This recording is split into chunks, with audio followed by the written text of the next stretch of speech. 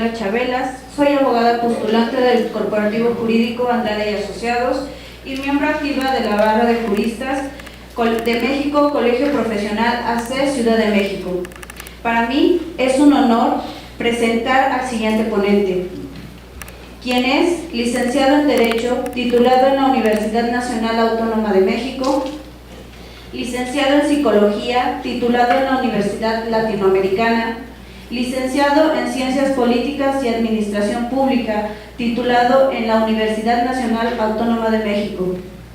Se ha desempeñado en el sector público como subdirector de Participación Social para el Desarrollo de las Ciudades en la Secretaría de Desarrollo Agrario, Territorial y Urbano, subdirector de Proyectos Urbanos en la Secretaría de Desarrollo Agrario, Territorial y Urbano, subdirector de Programas Institucionales en la Universidad de Asistencia e Integración Social en el Sistema Nacional para el Desarrollo Integral de las Familias, DIF, consultor de proyectos estratégicos para el Gobierno del Estado de México y Veracruz en las áreas de organización y auditoría, así como en el sector privado como psicoterapeuta y consultor independiente. Él nos presenta su ponencia titulada Psicología del Testimonio. En el año 2017 se emitió una tesis aislada titulada Procesos de Memoria, herramientas para analizarlo al valor, el testimonio de una persona rendido en un juicio penal.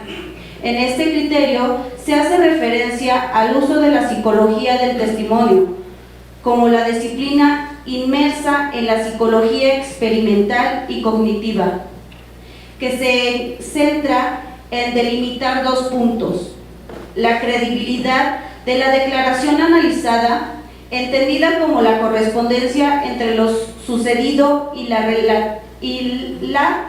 relatoriedad por el testigo, la precisión de lo declarado, esto es, la exactitud entre lo ocurrido y lo que el testigo recuerda.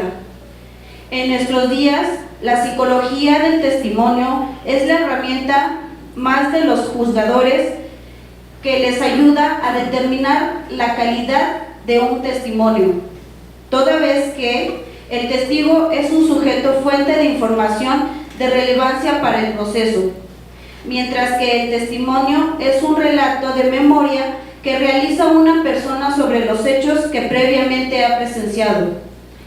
El ponente expondrá algunos factores que las inexactitudes e imprecisiones que se presentan en las declaraciones de testigos en un juicio y que no siempre se deben a que se esté fallando en la verdad, para lo cual el psicólogo Villamar propone la aplicación de dos tipos de entrevistas y el uso del famoso test psicológico conocido como el Inventario de Personalidad de Minnesota, mejor conocido por sus siglas en inglés MMPI-2, por ser uno de los test más usados en diversos campos de la salud forense, de selección de personas y ámbito militar, el cual permite identificar el perfil de personalidad y la detección de psicopatías que ayudan a conocer más a los testigos y a sus testimoniales.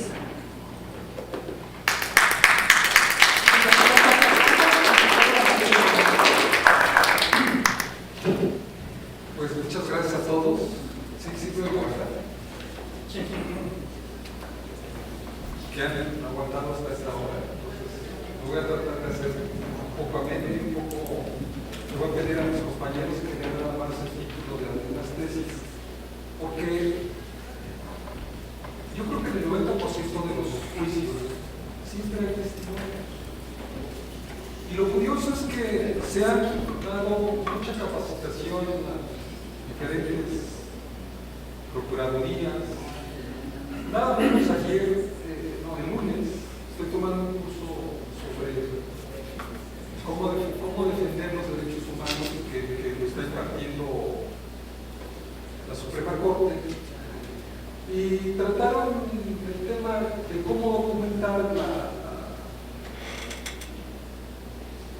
pues la defensa de los derechos humanos. Y uno de los puntos que tocaron era precisamente uno de los elementos muy importantes que se analizan en un testimonio, pues es la entrevista. ¿Y cuál fue mi sorpresa?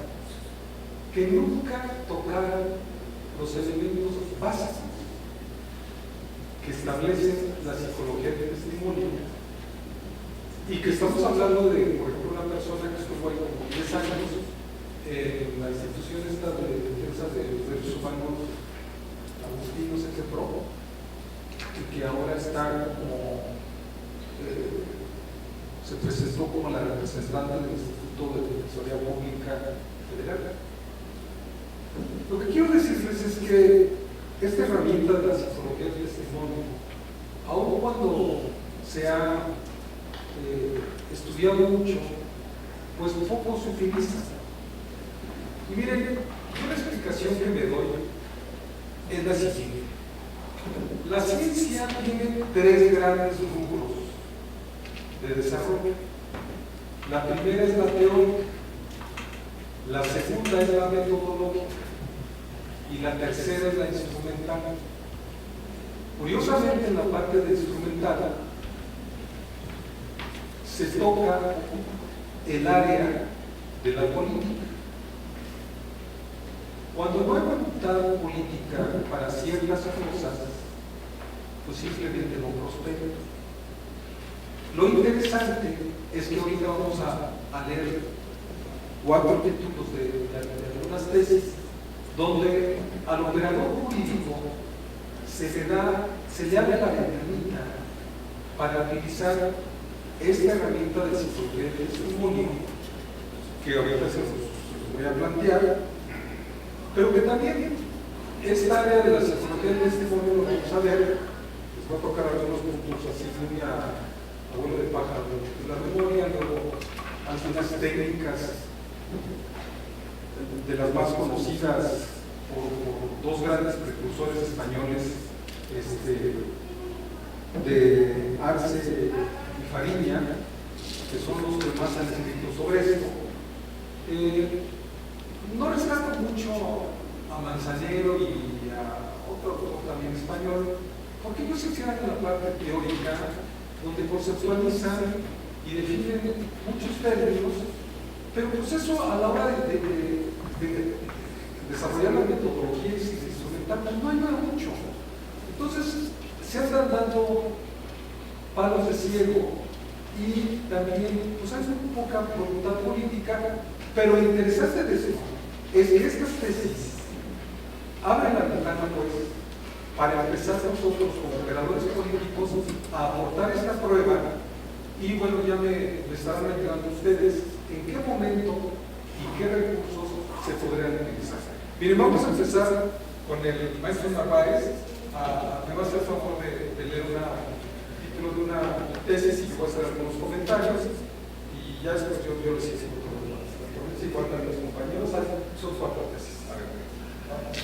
Peritaje en psicología en el sistema penal acusatorio. Cuando de la verbalización que realiza la parte que ofrece ese dato de prueba, se desprenda que el autor del dictamen relativo, lejos de emitir una opinión experta o técnica sobre los hechos, se limita a plasmar lo que le refirió uno de los testigos, atento a los conocimientos científicos afianzados. El juez de control debe estimar que aquel no puede brindar algún apoyo a la hipótesis fáctica que pretende respaldar para efectos del dictado del auto de vinculación al proceso. Fíjense en este caso, cómo llegó todos los recursos que se invirtieron para decirle al operador jurídico, o sea, no trates de verme la cara, porque no estás utilizando los elementos mínimos de lo que es la psicología jurídica, y el psicólogo, con un total desconocimiento, lo único que hace es, según él emitir un dictamen, poniendo lo que le refirió uno de los testigos. Imagínense, nada más que se den cuenta de el tamaño del pañal que traemos, ¿no? Estamos en pañales. Bueno, vamos con la segunda. No sé si Entrevistas como datos de prueba en el sistema penal acusatorios. Conforme a la psicología del testimonio, a manera de conocimiento científico, es indispensable que se encuentren corroboradas, por lo menos periféricamente, con el restante acervo probatorio, a fin de asignarles un determinado valor para efectos del dictado del acto de vinculación a procesos. En esta tesis, lo único que hace el juez es decirle, a ver, mínimo, con todo el acervo probatorio, pues es un planteamiento acorde con el mismo. Eso tampoco son las técnicas de la psicología del testigo. Observen todos los recursos que se gastan y además vayan a saber qué tanto le dijo el operador al cliente que no, pues, con la apelación y con el amparo lo ganaron. Imagínense nada más. Vamos con la tercera.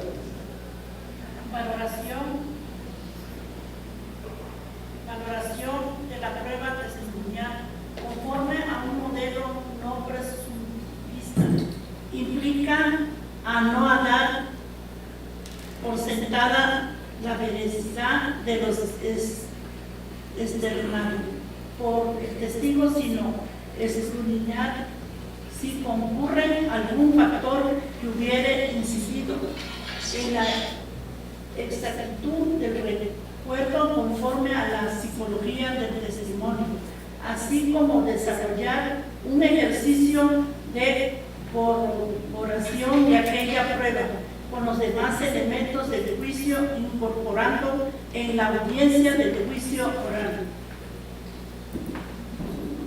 Bueno, aquí es una tesis donde lo único que hace es, a ver, mínimo hace el ejercicio de la corroboración de los testimonios, pero hasta ahí se queda. Estamos hablando de ya tribunales federales. Pero fíjense, la que más me llamó la atención y la que contiene mucha sustancia, estamos hablando de esos tesis del año 2022, de febrero y de marzo del año pasado. Esta última, que el licenciado nos va a hacer el favor de leer, es del 2017.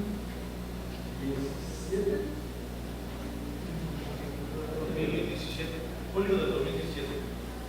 Me parece la más robusta, la más interesante, y cuando me cayó en las manos fue cuando empecé a estudiar este tema, porque uno de los temas que me ha llamado mucho la atención es el daño psicológico, y cuando me cae en las manos esta tesis, cuando me empiezo a estudiar este tema, y vamos a ver lo que se hace.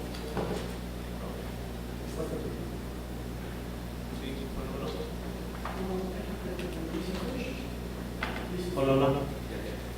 Procesos de memoria. Herramientas para analizarlo al valorar el testimonio de una persona rendido en un juicio penal. La doctrina indica que el testigo es un sujeto fuente de información de relevancia para el proceso, mientras que el testimonio es un relato de memoria que realiza una persona sobre los hechos brevemente ha presenciado. De ahí que el testimonio se basa fundamentalmente en la capacidad de retención con que cada sujeto cuente. Ahora, la memoria no es una reproducción literal del pasado, sino un proceso dinámico en constante reelaboración, que puede ser susceptible de distorsiones e imprecisiones en virtud del complejo proceso que se interviene, es decir, el modo como 1.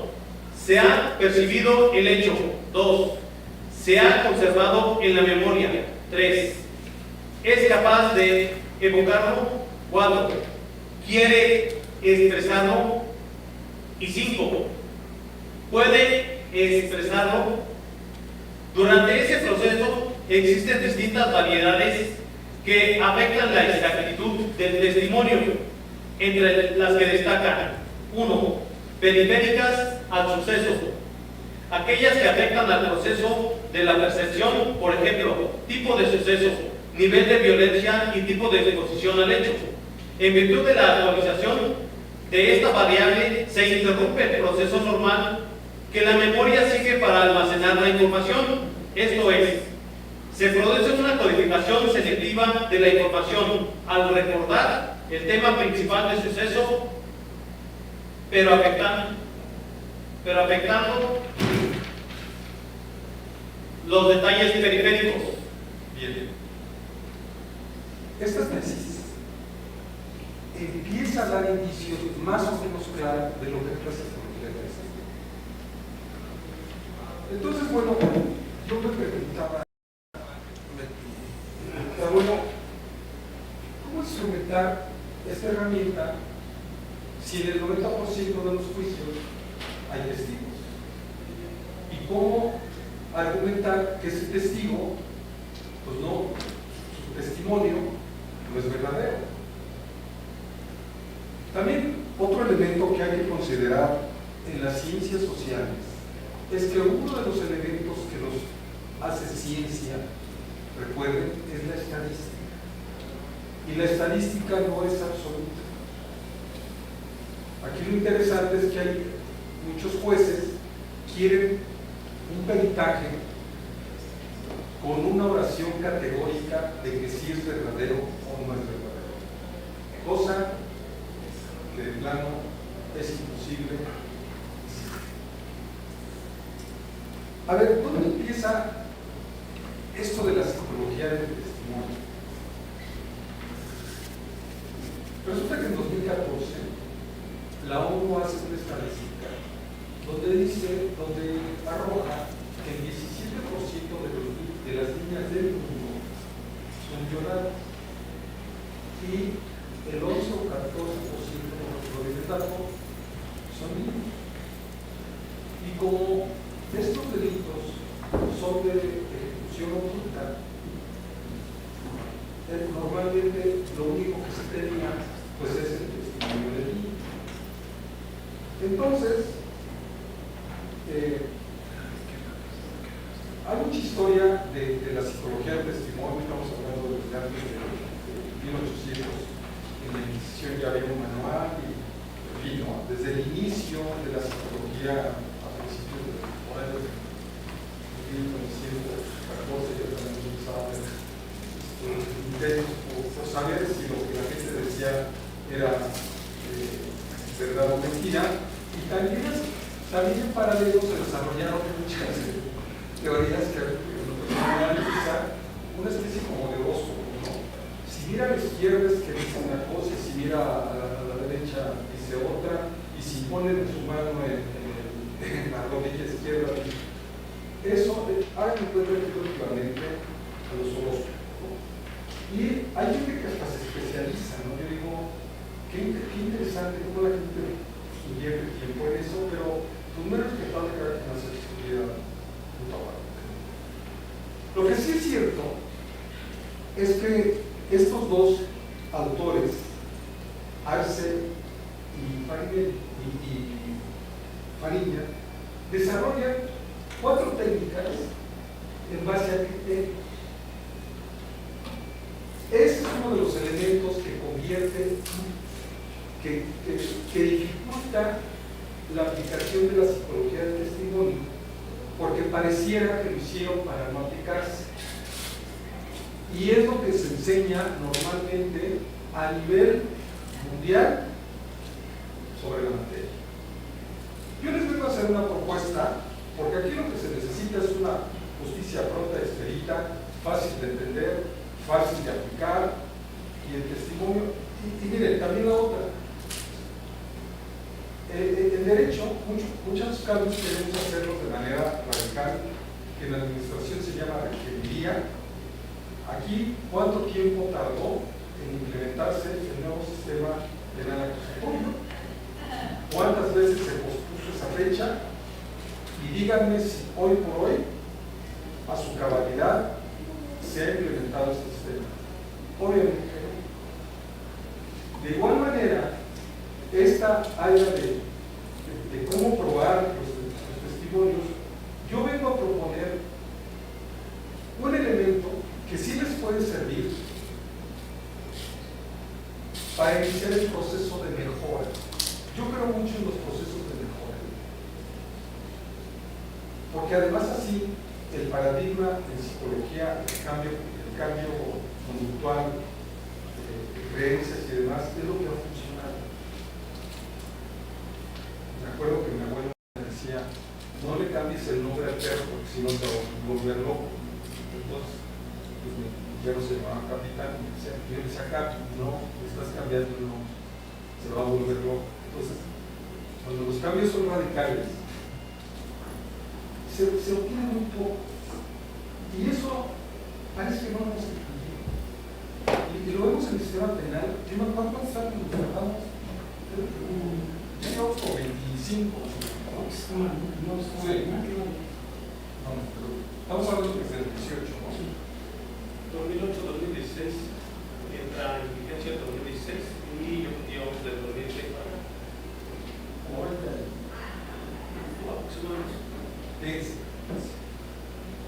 Y hubo un intento de establecer el sistema, este sistema de psicología del testimonio en Chihuahua. Y entonces yo me di a la tarea de investigar, pues fue por ahí del año del 2018, pues porque les cayeron las visitadurías de la ONU y aprovechando, en un acto político establecieron ahí una comisión donde un grupo de psicólogos pusieron para la foto y desarrollaron un cursito y entonces ya dijeron que lo iban a implementar, porque el principal elemento de la psicología del testimonio es tener las entrevistas grabadas.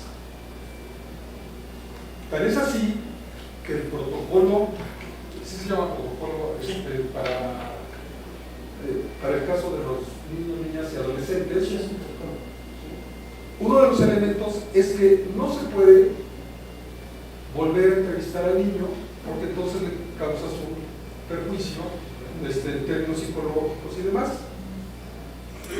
En ello sí, estoy de acuerdo totalmente, porque la psicología de los niños y niñas es muy diferente a la psicología de un adulto. Pero nosotros sí nos pueden volver a entrevistar.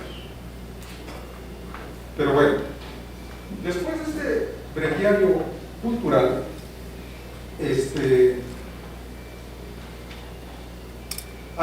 y entonces los niños, lo primero que se utilizó fue los niños por estos datos de la ONU. Entonces no, pues esto ya es un problema de salud pública, ¿no? Entonces, y después este sistema, estos autores de Arce y Fariña lo traspolan a lo que es la violencia familiar o la violencia de género, y incluyen un elemento que es el evaluar la intención del declarante, ¿no? Que hay veces que también lo hacen con tal de perjudicar al contrario.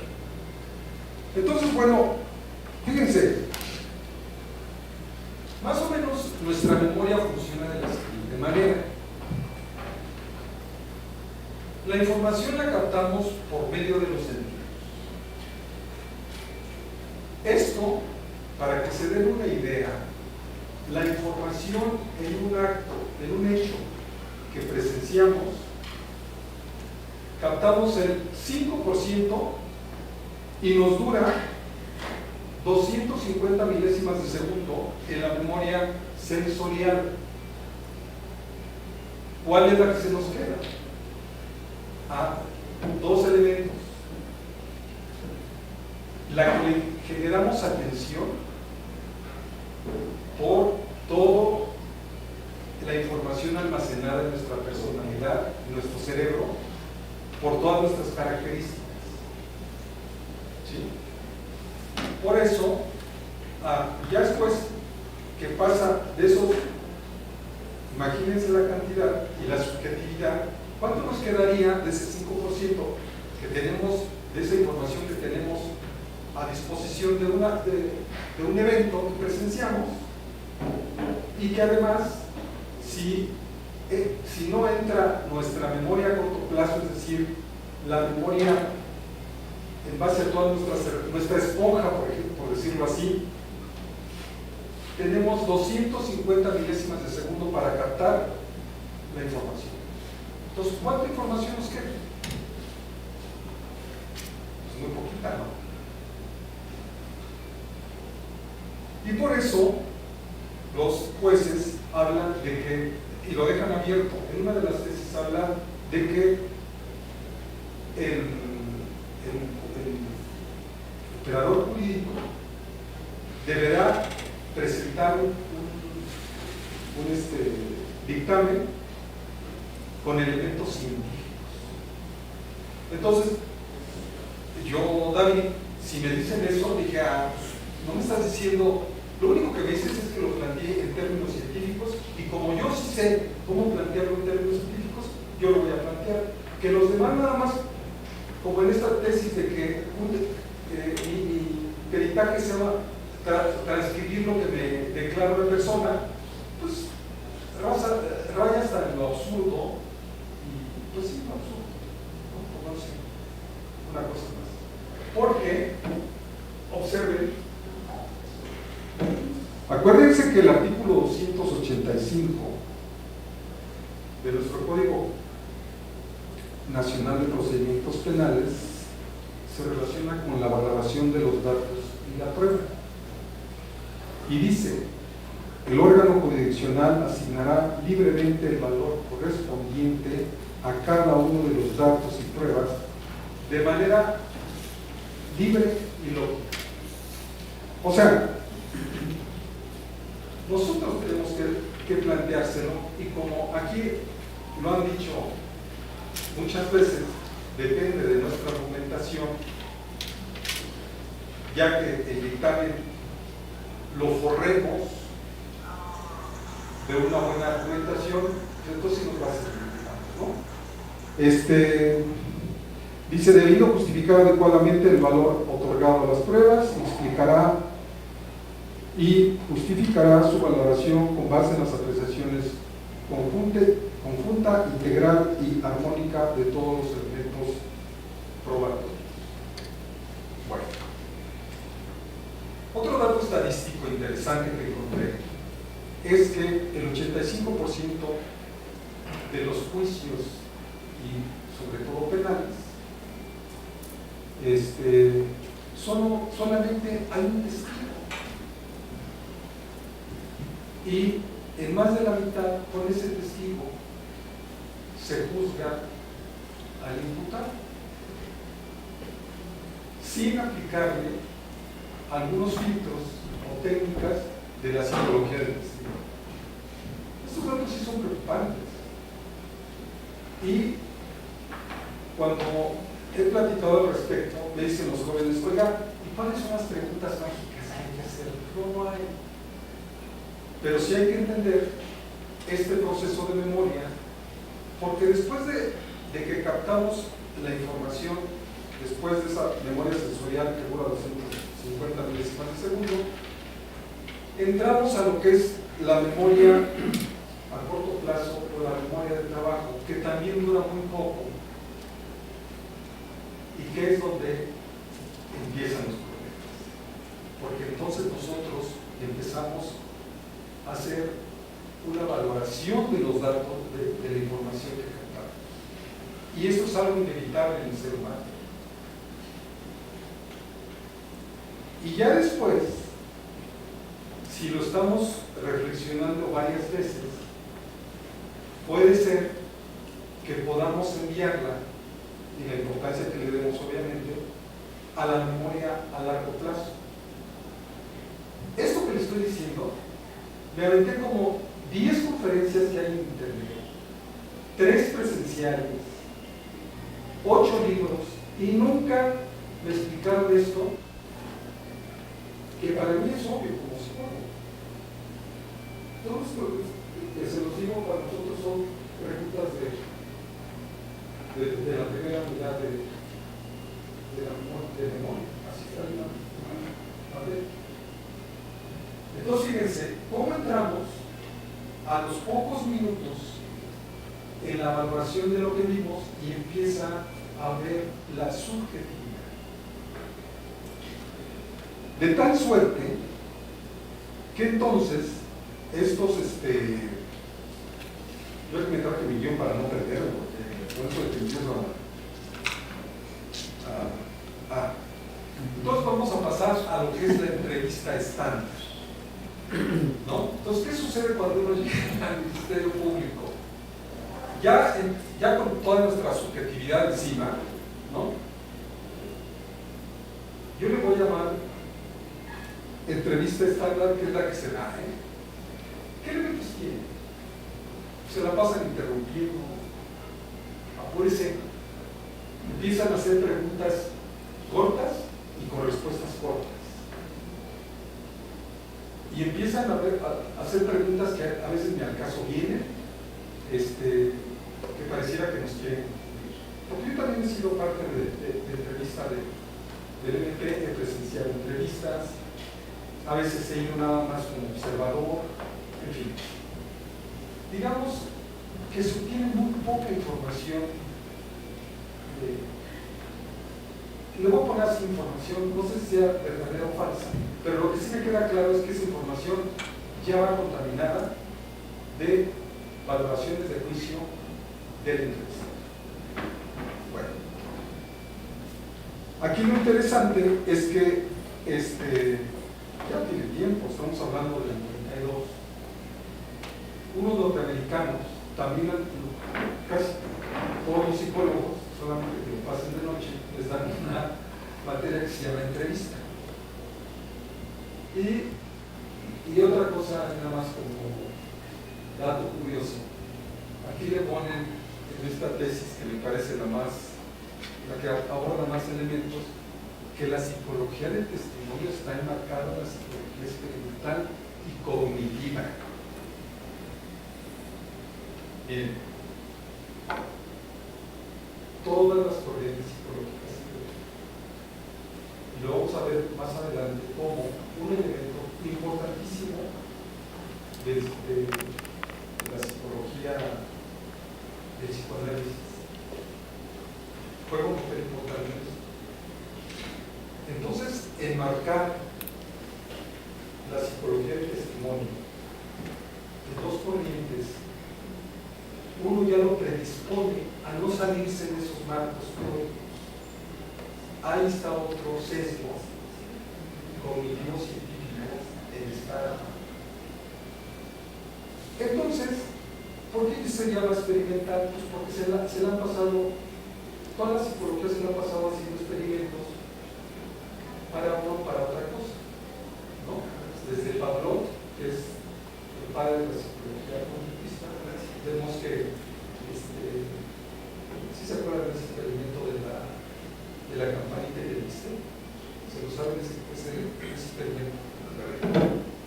Bueno, lo que pasa es que Pavlov descubre el condicionamiento operante porque tenía unos perros y entonces cuando les ponía sus bisteces pues animaban los perros.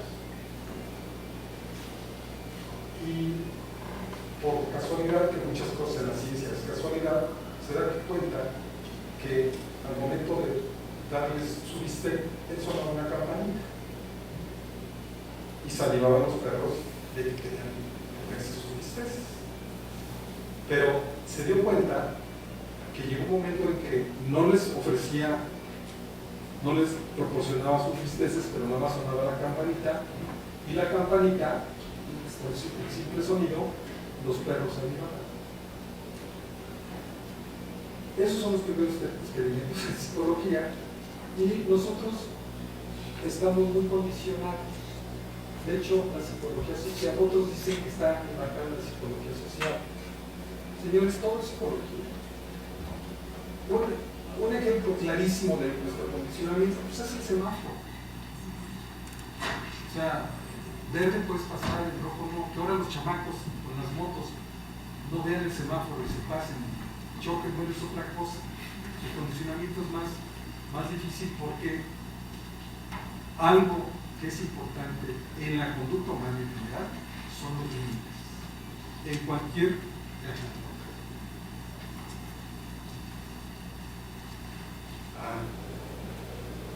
Bueno, lo que sigue se los voy a dar en 5 minutos.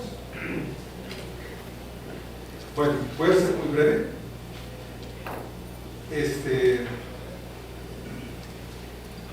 Bueno, resulta que Arce y Fariña hacen 4 técnicas en base a criterios, y uno de ellos, por ejemplo, es el de análisis de contenido basado en criterios de la entrevista, siempre y cuando esté grabado. El control de la realidad, esa es la segunda. La tercera es el análisis de la validez de las declaraciones, y la cuarta es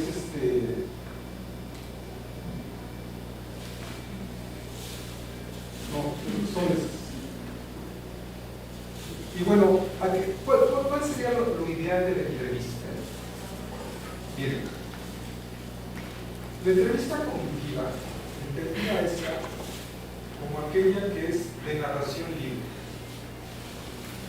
tiene sus elementos importantes que para nosotros también es muy común, no a todas las personas se les entrevista a las personas, no a todas. Se necesita lograr lo que le llamamos nosotros en psicología el rapport o el romper el hielo. No toda la gente logra eso. La gente tiene confianza, no debe de haber interrupciones, se debe estar en un ambiente donde no haya ruidos ni distractores, lo que en la entrevista estándar sí la hay. Hay otros elementos que, bueno, de la entrevista cognitiva, los que quieran ahondar, pues hay mucha literatura, pero sí, no me quiero sin antes comentarles del uso y aplicación de este inventario de personalidades de Minnesota, porque arroja, yo empezaría al revés. A ver, aquí vas entrevistando, o sea, al sujeto 1. Y yo le aplicaría el test de Minnesota de personalidad, porque, por ejemplo, hay psicópatas y sociópatas que uno de sus características, y así lo dice la literatura, son encantadores y pueden engañar a muchas personas con su capacidad carismática para encubrir, digamos, su maldad en términos de límites. Yo aquí traigo un dictamen, nada más para que se den cuenta lo poderoso, y ustedes dirán si no es útil.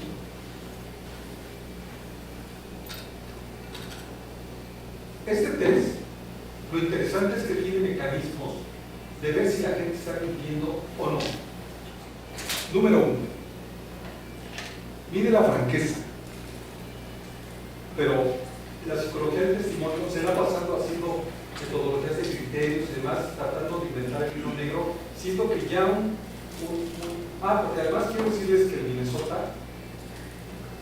cuando menos, yo tengo referencia de 60,000 aplicaciones de este instrumento.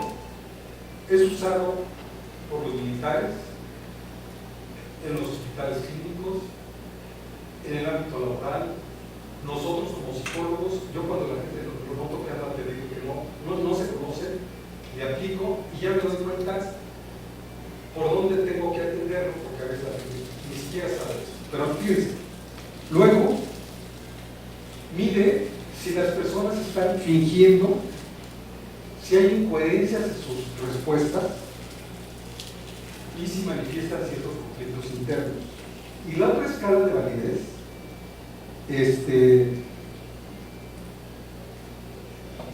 es como aquí en inglés, lo que trato de decir es que qué tanto se dejan conocer por dentro.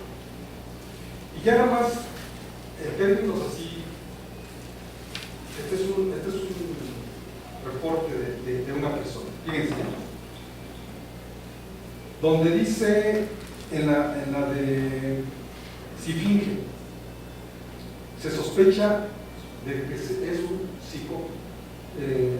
psicótico o un neurótico severo, problemas de sociabilidad, propenso a cambio de humor, y en la escala de que no se deja, no refleja sus características personales, muy ajustado, independiente, inteligente, entusiasta, interesante y amplio. Pero ahí les va. En la escala de histeria refleja síntomas somáticos, trastornos del sueño, negativismo, inmadurez, exigente, sugestionable. En la escala de psicopatía puede tener problemas con la ley y la autoridad, puede consumir drogas, problemas familiares, impulsivo, extrovertido, relaciones superficiales. En la escala de paranoia, este sujeto salió como predisposición paranoide, excesivamente sensible, suspicaz, airado, resentido, reservado. Pero hay otra, y así sale con muchas patologías, y la última sale que es amistoso, equilibrado. ¿Qué quiere decir esto? Que este sujeto es el clásico psicópata que no llega a lo superpatológico, pero que sí cubre y que puede ser muy propenso a cometer algún ilícito, porque aquí además se lo refleja y el test lo permite. Digamos que hasta aquí lo voy a detener porque ya no hay más tiempo, y eso es lo que yo